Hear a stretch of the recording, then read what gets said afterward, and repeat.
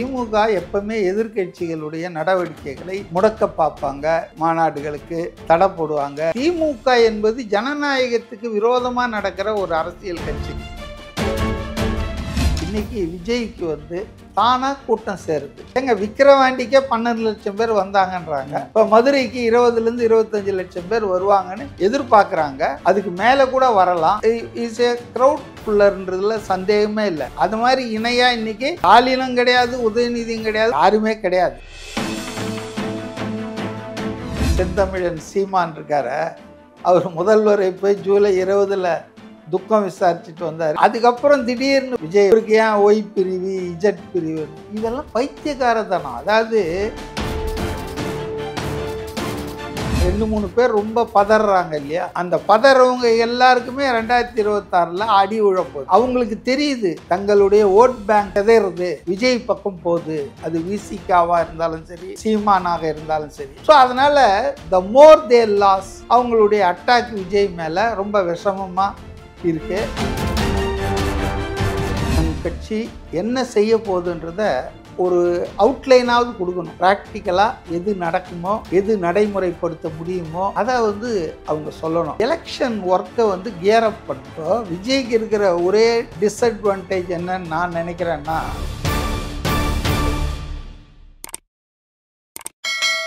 Sir வணக்கம். Sir வணக்கம். வெகு நாட்களுக்கு பிறகு நேரடியாக ஒரு நேர்காணல். எப்படி இருக்கீங்க சார்? நல்லா இருக்கேன். தொடர்ந்து மதுரை மாநாட்டுக்கு சிக்கல்கள் அப்படின்றது வந்துகிட்டே இருக்கு. சமீபத்தில் கூட பெர்மிஷன் வாங்கல அப்படின்ற ஒரு விஷயம் கூட வந்திருந்தது. இதற்கான காரணம் என்ன சார்?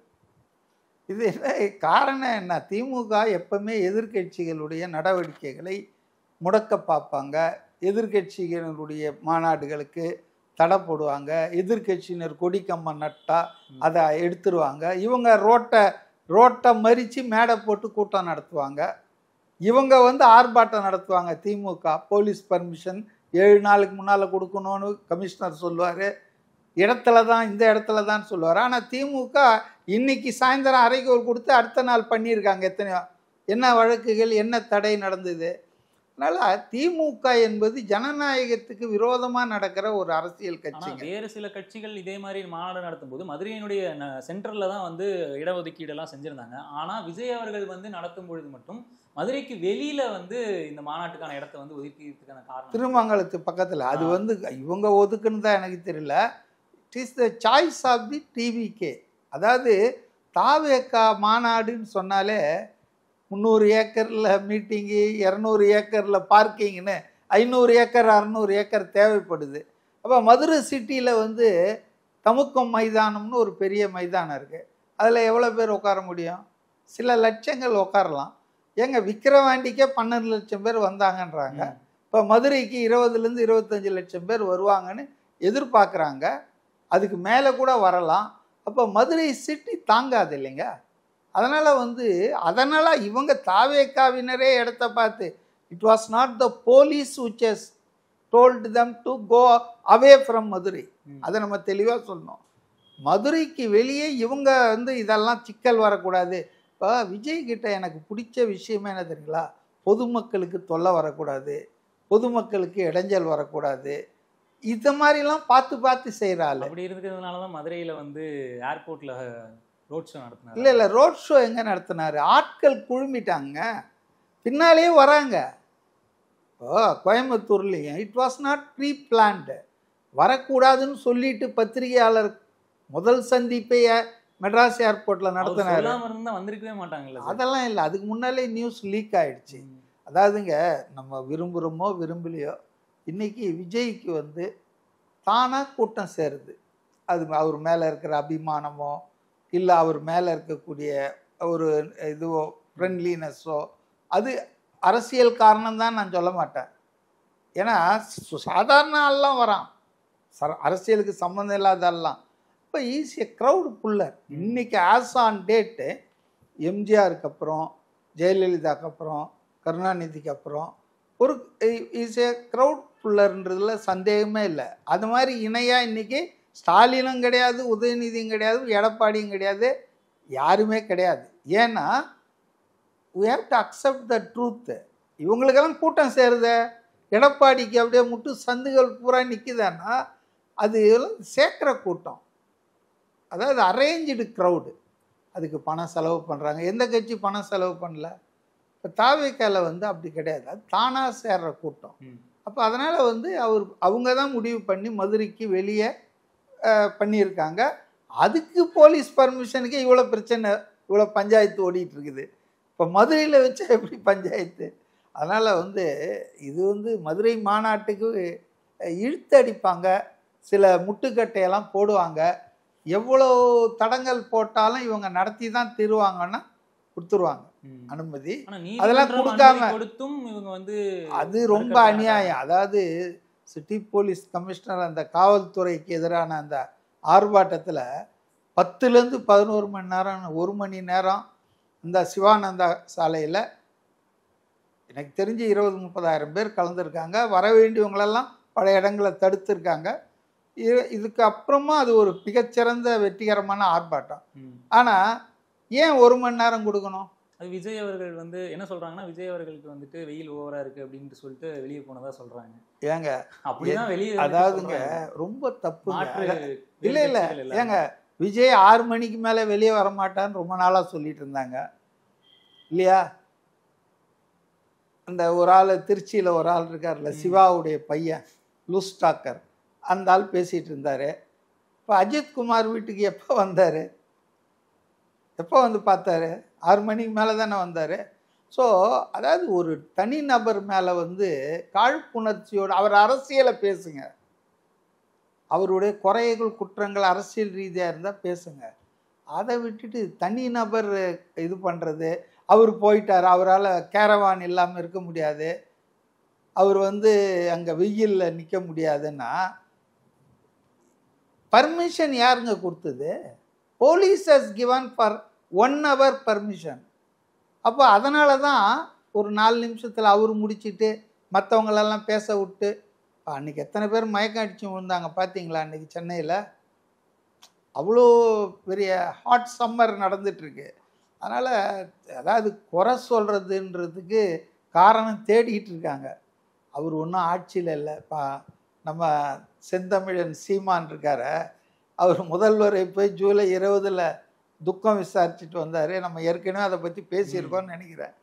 அதான் ரைட். அதுக்கப்புறம் திடீர்னு பார்த்தீங்கன்னா போர்க்க பிரகடனம் பண்ணார் இல்லையா? என்ன சொல்கிறாரு? இது வந்து ரசிகர்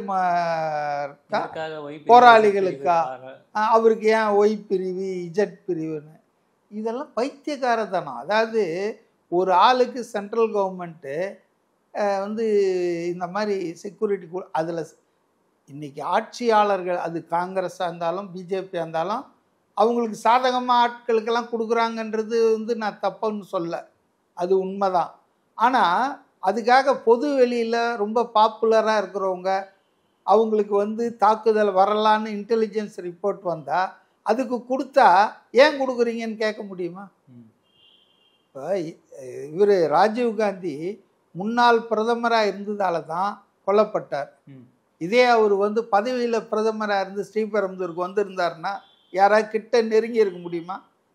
அதனால் வந்துங்க security is always a concern.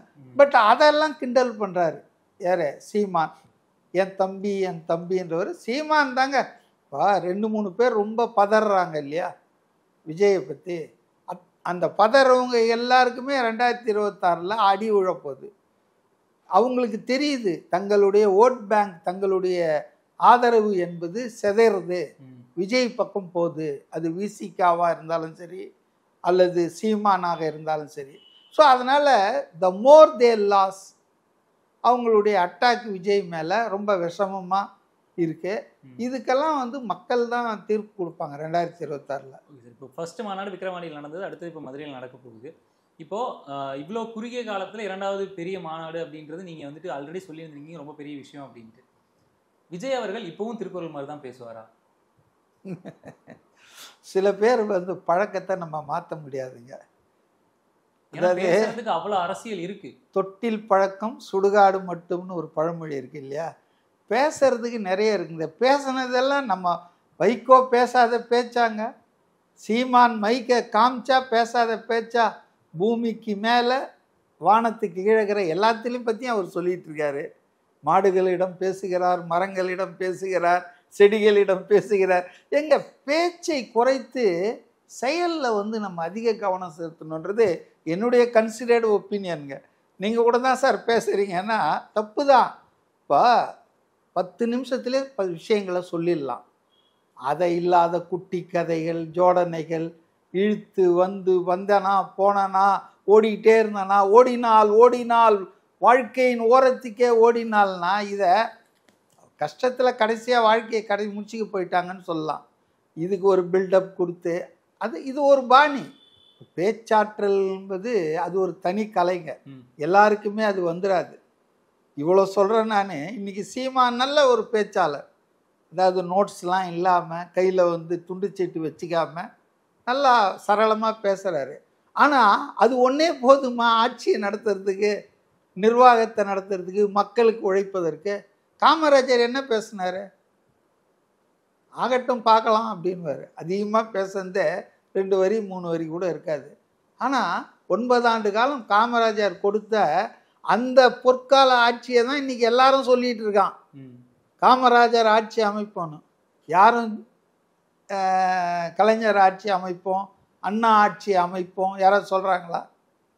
திமுககாரங்களே சொல்கிறது இல்லை இல்லையா? அதனால் காமராஜர் வந்துங்க ஒரு நல்ல உதாரணம். பேச்சை வந்து பேசாமல் சும்மா எதுகை மோனையில் அடித்து விடாமல் இந்த தமிழ்நாட்டை மேம்படுத்துவதற்கான ஆணைகள், தொழிற்சாலைகள், தொழிற்சாலை பூங்காக்கள், இண்டஸ்ட்ரியல் எஸ்டேட்ஸ் இதெல்லாம் அடித்தளத்தை விட்டவர் காமராஜருங்க.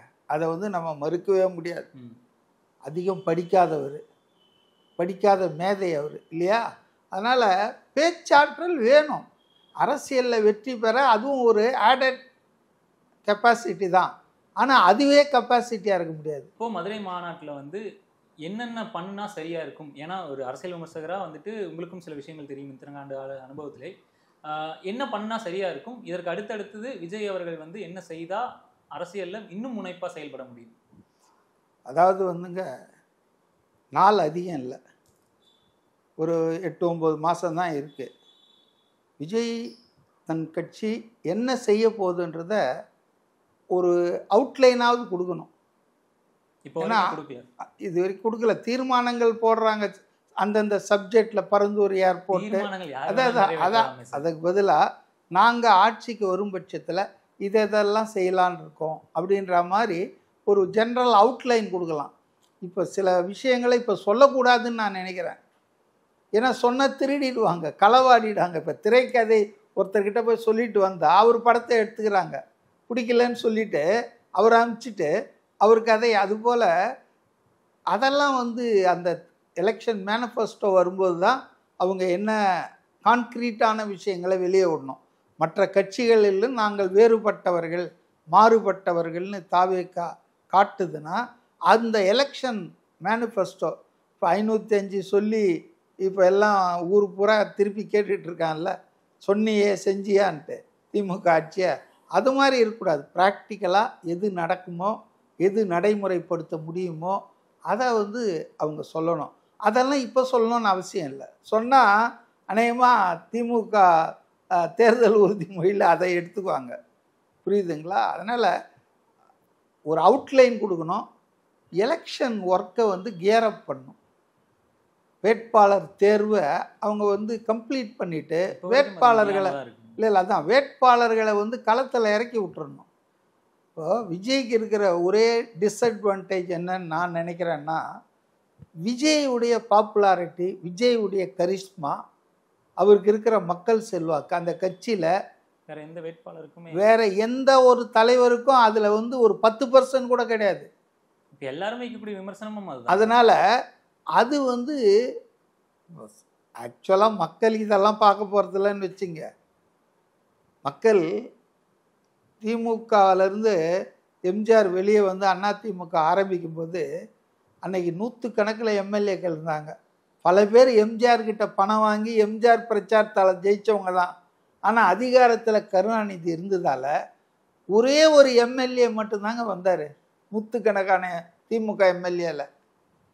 அதனால் அவர் ஜெயிக்காமையா போனார்?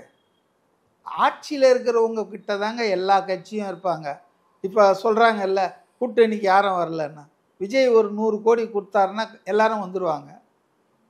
இத்தனை தொகுதி இத்தனைக்கு பணம் நான் தரேன்னா அவர் அப்படி சொல்கிற ஆள் இல்லை. ஆட்சியில் அதிகாரத்தில் பங்கு தரேன் ஜெயிச்சா, ஆனால் நீங்கள் தானே ஜெயிக்கணும், சீட்டு வாங்கிட்டு அதுக்கு பணம். இப்போ என்ன மெத்தட் ஆயிடுச்சு, நாங்கள் அரசியலில் சீட்டும் வாங்கணும் பணமும் கொடுப்பாங்க, அப்புறம் ஆட்சியை அதிகார துஷ்பிரயோகத்துக்கும் அலோவ் பண்ணுவாங்க. இதெல்லாம் இருக்கும்போது எதுக்கியா இருந்தாலும் என்ன ஆகும்னு தெரியாது. இதனால தான் பல பேர் யோசிச்சுட்டு இருக்காங்க. அது திமுக உன்னதமான ஆட்சியை கொடுத்துட்ருக்குது, திமுகவினுடைய ஆட்சி நல்லாட்சி, உள்ளாட்சியில் நல்லாட்சின்னு சொன்னார்ல ஸ்டாலின். உள்ளாட்சிலாம் எப்படி இருக்குது தெரியுங்களா? ஒரு கார்பரேஷன்லேயும் 100 கோடி ஊழல் நடந்துட்டுருக்கு.